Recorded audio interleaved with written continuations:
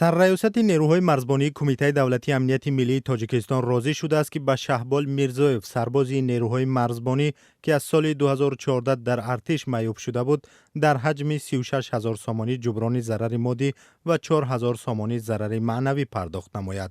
این در حالی است که سرریاست مرزبانی کمیته دولتی امنیت ملی تاجیکستان قبلا راضی نبود این مبلغ را که دادگاه حربی گرنیزان دوشنبه مقرر کرده بود به این سربازی معیوب پرداخت نماید.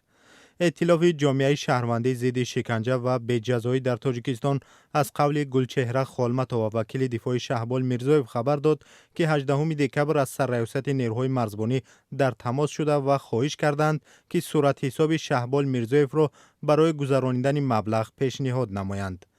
دادگاه حربی گرنیزان دوشنبه 22 نوامبر سال گذشته سرریاست نیروهای مرزبانی تاجیکستان را موظف کرده بود که این مقدار مبلغ را به شهبال میرزویف پرداخت کند. شهبال میرزویف ماه مارس سال 2014 بر اثر علت و کوب شدید یک همخدمتش معیوب شد. طبیبان گفتند استخوان میان و گردن سرباز مجروح شده برای برقراری سلامتی او مدت طولانی لازم می شود. شهبال میرزویف یکی از سربازان است که قربانی بدرفتاری در ارتش یا دیدوشی نشده است. در دوام 3 سال گذشته دفتر آزادی‌های شهروندی و ائتلاف ضد شکنجه از مرگ 8 سرباز در ارتش گزارش دادند که برخی از آنها قربانی بدرفتاری همخدمتان شدند.